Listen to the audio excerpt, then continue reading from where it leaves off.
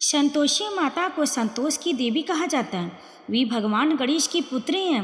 वे अपने सभी भक्तों के दुखों, समस्याओं और दुर्भाग्य को स्वीकार करती हैं और उन्हें दूर करती हैं और उन्हें समृद्धि और सुख का आशीर्वाद देती हैं। उत्तर भारत की महिलाएं विशेष रूप से उनकी पूजा करती हैं। माँ संतोषी प्रेम, संतोष, क्षमा, सुख और आशा का प्रतीक है। ऐसा माना जाता है कि लगातार 16 शुक्रवार तक उपवास और प्रार्थना करने से, व्रत कथा सुनने से परिवार में शांति और समृद्धि आती है और सभी मनोकामनाएं पूरी होती हैं, सुख और सौभाग्य बना रहता है। संतोषी माता को देवी दुर्गा का सबसे शांत, कोमल, पवित्र और दयालु रूप माना जाता है। वे कमल पर विराजमान हैं।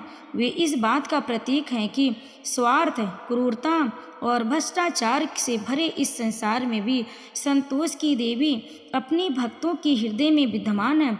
वे दूध से भरे सागर में खिले कमल पर निवास करती हैं, जो उनकी पवित्रता का प्रतीक है और यह दर्शाता है कि जहाँ हृदय की पवित्रता और समर्पण है, वहाँ हमें संतोष की माता प्राप्त होती है।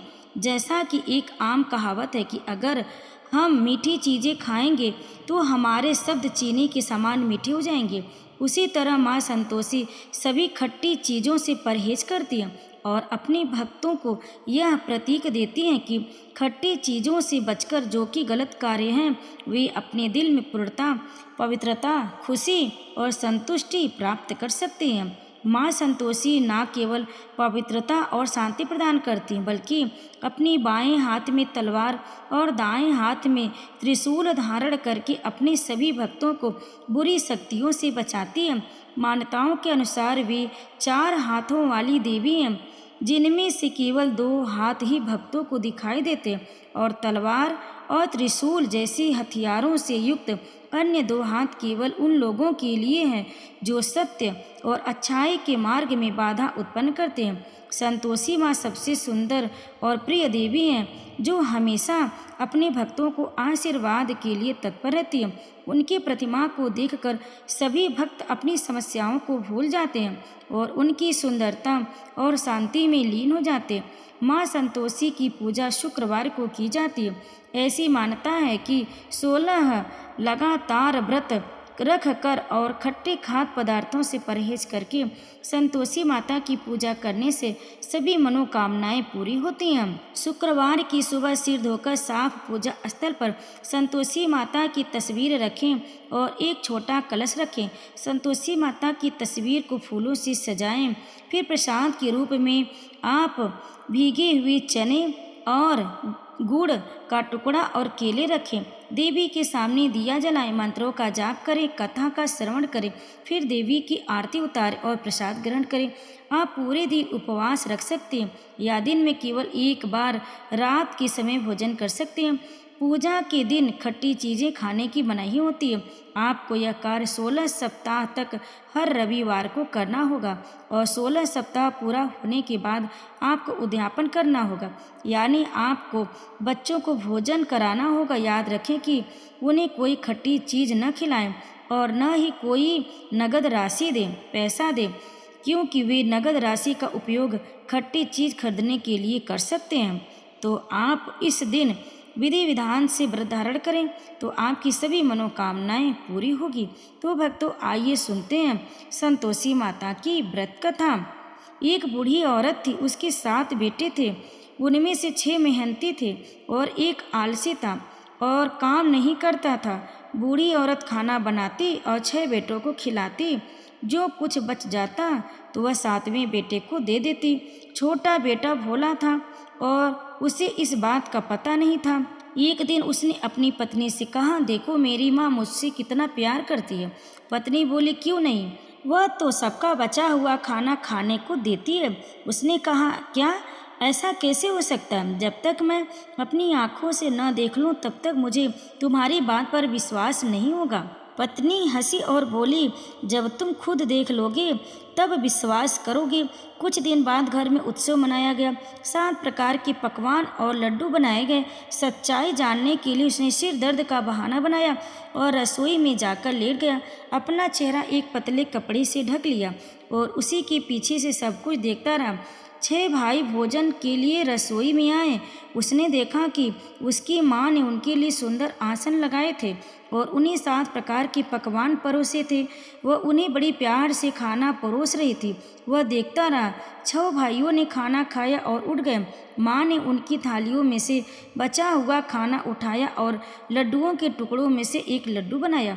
बचा हुआ खाना खत्म करने के बाद माँ ने बेटे को पुकारा, उठो बेटा, 6 भाई खाकर चले गए, तुम अकेले रह गए हो, उठो, कब खाओगे? वह कहने लगा, माँ मुझे खाना नहीं खाना, मैं देश छोड़कर जा रहा हूँ। माँ ने कहा, अगर कल जाना है तो आज ही जाओ। उसने कहा, मैं आज ही जा रहा हूँ। यह कहकर वह घर से निकल गया। घर से निकलते समय उसे अपनी पत्नी की याद आई। वह गौशाला में गोबर के उपले बना रही थी। वह वहाँ गया और बोला, मैं कुछ समय के लिए दूसरे देश जा रहा हूँ, तुम निश्चिंत रहो और अपना कर्तव्य निभाओ। उसने कहा, निश्चित रहो, मेरी चिंता मत करो, मैं भगवान राम की शरण में रहूँगी। भगवान तुम्हारे साथ रहें। मुझे अपनी कोई वस्तु दे देना ताकि मैं तुझे याद रखूँ। अपने सभी कामों और चिंताओं में मुझे मत भूलना। उसने कहा, मेरे पास कुछ नहीं है, बस ये अंगूठी है, तुम इसे ले लो और मुझे कोई चीज़ यादगार के तौर पर दे दो। उसने कहा, मेरे पास क्या है, मेरे पास बस ये मुट्ठी भर गोबर है।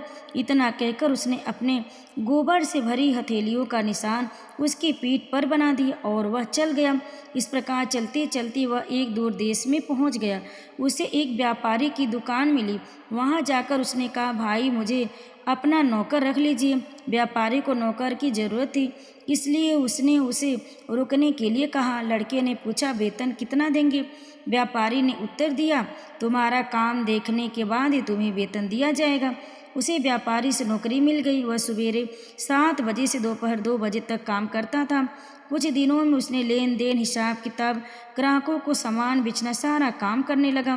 व्यापारी के 7-8 नौकर थे। वे सब उसकी बुद्धिमत्ता देखकर दंग रह गए।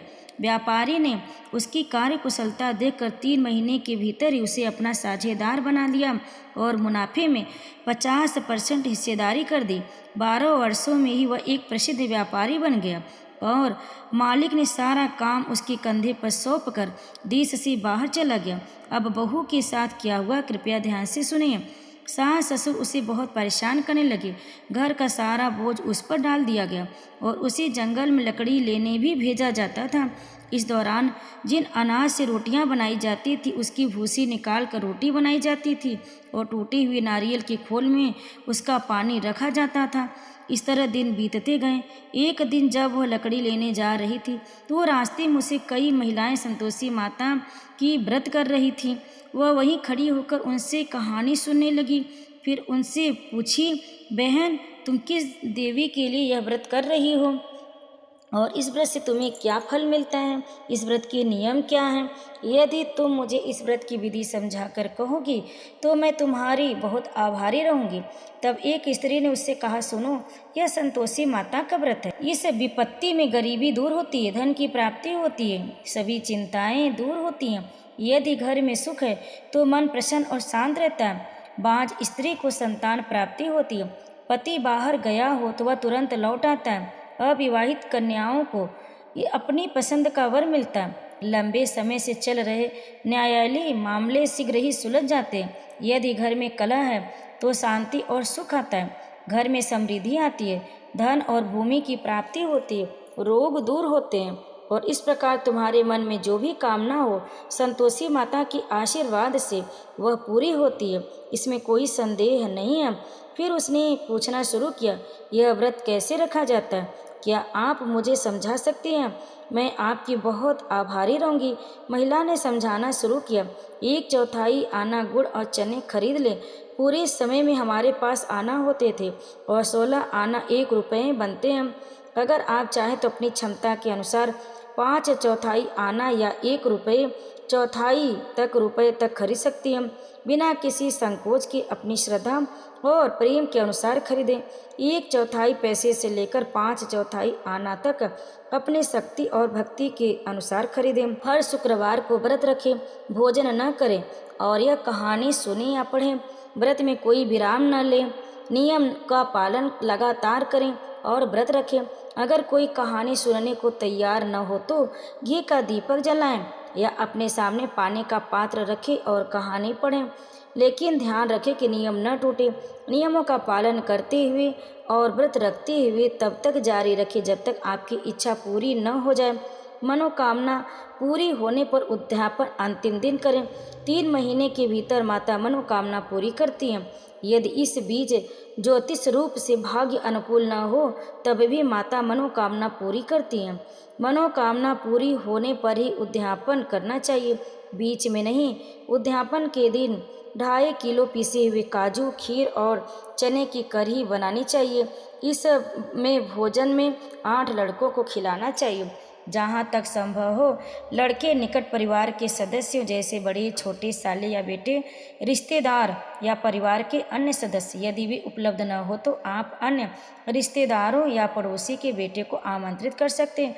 उन्हें भोजन दें और अपनी क्षमता के अनुसार उपहार दें तथा माता के अनुष्ठानों का पालन करें।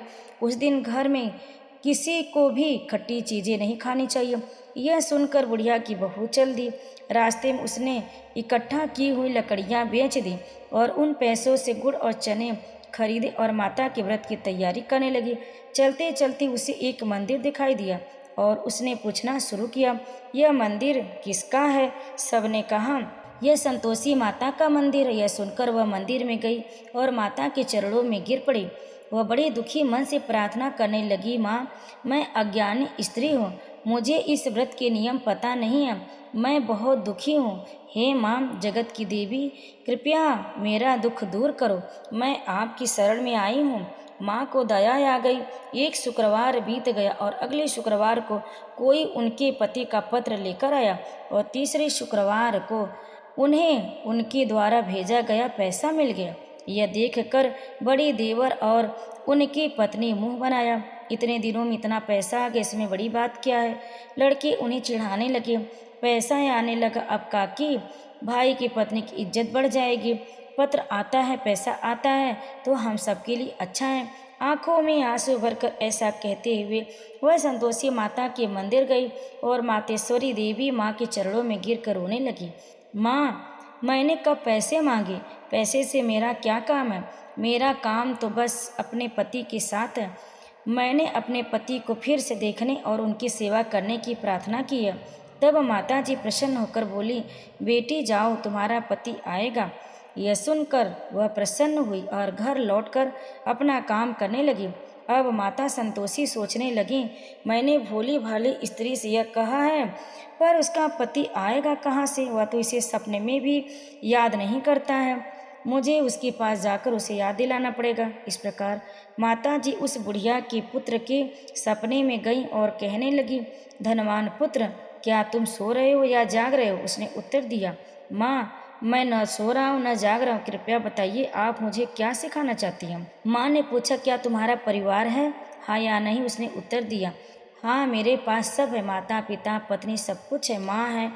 माँ ने कहा, भोले पुत्र, तुम्हारी पत्नी बहुत परेशान हो रही है, तुम्हारे माता पिता उसे बहुत कष्ट दे रहे हैं, तुम्हें उसके बारे में पता करना चाहिए। उसने कहा, जी माता जी, मुझे मालूम है, पर मैं वापस कैसे जाऊंगा? यह तो दूसरा देश है, यहाँ खरीद फरोख्त की कोई सीमा नहीं है, मुझे तो जाने का कोई रास्ता ही नज़र नहीं आता।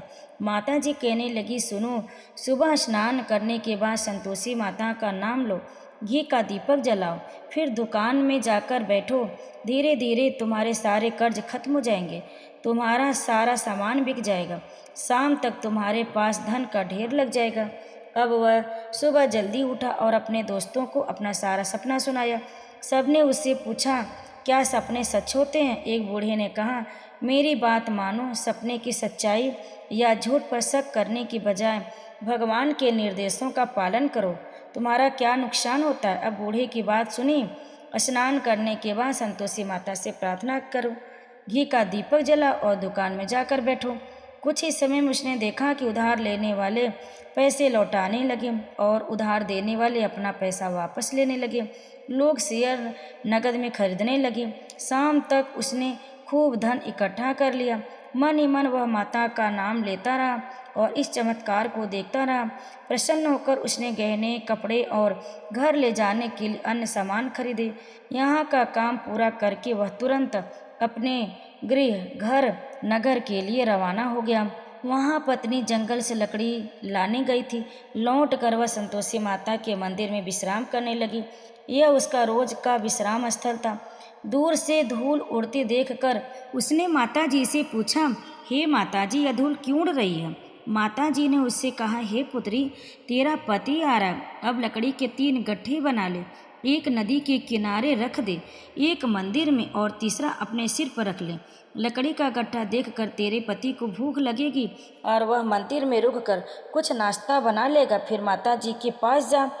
तब लकड़ी का बोझ सिर से उतार कर गली के बीचों बीच 3 बार जोर से पुकार कर कह लेना, लो सासू जी, लकड़ी का गट्ठा ले लो, भूसी की रोटी दे दो और नारियल में पानी दे दो। आज कौन सा मेहमान आया? माता जी की बात सुनी फिर बहू ने कहा, जी माँ जी। फिर उसने खुशी खुशी लकड़ी के 3 गट्ठे बनाए। उसने एक गट्ठा नदी के किनारे और एक माता जी के मंदिर में रख दिया। उसी समय एक यात्री वहां पहुंचा। सूखी लकड़ियों को देखकर उसके मन में विश्राम करने और कुछ खाना बनाने की इच्छा जागी। विश्राम करने के बाद वह गांव चला गया। वहां उसने सभी से प्रेम पूर्वक मुलाकात की। उसी समय पत्नी लकड़ी का गट्ठर लेकर आती है। आंगन में लकड़ी का भारी गट्ठा रख कर जोर से चिल्लाई, सासू जी, लकड़ी का गट्ठा ले लो, मुझे भूसी की रोटी दे दो, मुझे नारियल के छिलके का पानी दे दो। आज कौन आया है? यह सुनकर सास अपनी परेशानी छुपाने के लिए बोली, बहू, तुम ऐसा क्यों कह रही हो? तुम्हारा पति आ गया है, अंदर आओ, मीठे चावल का भोजन करो, कपड़े और गहने पहनो। इसी बीच आवाज़ सुनकर पति बाहर आता है और अंगूठी देखकर अचंभित हो जाता है। वह अपनी माँ से पूछता, माँ, यह कौन है? माँ कहती, बेटा, यह तुम्हारी पत्नी है। आज 12 साल बीत गए हैं जब से तुम गए हो। तब से ये पूरे गांव में जानवर की तरह घूमती रहती है, घर का कोई काम नहीं करती है, दिन में 4 बार आकर खा जाती है और तुझे देखकर भूसी की रोटी और नारियल में पानी मांगती है। शर्मिंदा होकर उसने कहा, कोई बात नहीं माँ, मैंने उसे भी देख लिया और आपको भी। अब मुझे दूसरे घर की चाबियाँ दीजिए ताकि मैं वहाँ रह सकूँ। तब माँ ने कहा, ठीक है बेटा, जैसी तुम्हारी इच्छा। यह रही चाबियों का गुच्छा, जिसे उसने गुस्से से जमीन पर फेंक दिया। उसने चाबियां उठाई और अगले घर में चला गया। तीसरी मंजिल पर स्थित कमरा खोलकर उसने सारा सामान रख दिया। एक ही दिन में वह घर किसी राजा के महल की तरह सज गया। अब आगे क्या हुआ? पत्नी को सुख मिलने लगा। इसी बीच अगला शुक्रवार आ गया। उसने अपने पति से कहा, मैं संतोषी माता व्रत का उद्यापन करना चाहती हूँ। उसके पति ने कहा, बहुत खूब, खुशी खुशी करो। उसने तुरंत उद्यापन की तैयारी शुरू कर दी। वह अपने बड़े देवर के बेटों को भोजन के लिए आमंत्रित करने गई। उसने निमंत्रण स्वीकार कर लिया, लेकिन उसकी मझली भाभी ने अपने बेटे को समझाया, देखो, तुम सब खट्टी चीज़ें मांगो जिससे उसका उद्यापन पूरा न हो सके। लड़के दोपहर के भोजन के लिए आए। उन्होंने खीर पेट भर खाई, लेकिन माँ की बातें याद करके वे कहने लगे, हमें कुछ खट्टा दीजिए, हमें खीर खाना पसंद नहीं है, इसे देखकर हमारा मन बेचैन हो जाता है। बहू कहने लगी, कोई भी खट्टी चीज़ नहीं मिलेगी, यह संतोषी माता का प्रसाद है। लड़के खड़े हो गए, बोले, पैसे दीजिए। भोली बहू ने कुछ न जानते हुए उन्हें पैसे दे दिए। उसी क्षण लड़कों ने जिद में आकर इमली खरीदी और खाने लगे। यह देखकर माता ने बहू को श्राप दिया। राजा के सैनिकों ने उसके पति को गिरफ्तार कर लिया और उसे ले गए। भाई और भाभी ने झूठे आरोप लगाने शुरू कर दिए। यह तो हमेशा लूटपाट करता रहा, इसी ने यह धन इकट्ठा कर लाया है। राजा के सैनिक उसे ले गए। अब जेल में पिटाई पड़ने पर सब कुछ पता चल जाएगा। पत्नी यह सब कुछ सुनकर सहन नहीं कर सकी। रोते हुए वह माता जी के मंदिर चली गई। वह कहने लगी, माँ, आपने यह क्या किया? मुझे क्यों रुलाया? माँ ने कहा, बेटी, तूने उद्यापन कर दिया और व्रत बिगाड़ दिया, इसीलिए तुम सारी बातें भूल गई। वह कहने लगी, माँ, मैं भूली नहीं हूँ, न कुछ मैंने पाप किया। लड़कों ने मुझे भूल में डाल दिया और भूल कर मैंने उन्हें पैसे दे दिए, मुझे क्षमा कर दीजिए। माँ ने कहा, क्या कोई इस तरह भूल कर सकता है? उसने कहा, माँ कृपया मुझे क्षमा कर दीजिए, मैं आपका अध्यापन फिर से करूँगी। माँ ने कहा, अब कोई भूल न करना। उसने कहा, अब कोई गलती नहीं होगी। माँ कृपया मुझे बताइए कि वह कैसे आएंगे। माँ ने कहा, जाओ बेटी, तुम्हें तुम्हारा पति रास्ते में मिल जाएगा। वह वहाँ से चली गई और रास्ते में उसे अपना पति मिल गया। उसने उससे पूछा, तुम कहाँ गए थे?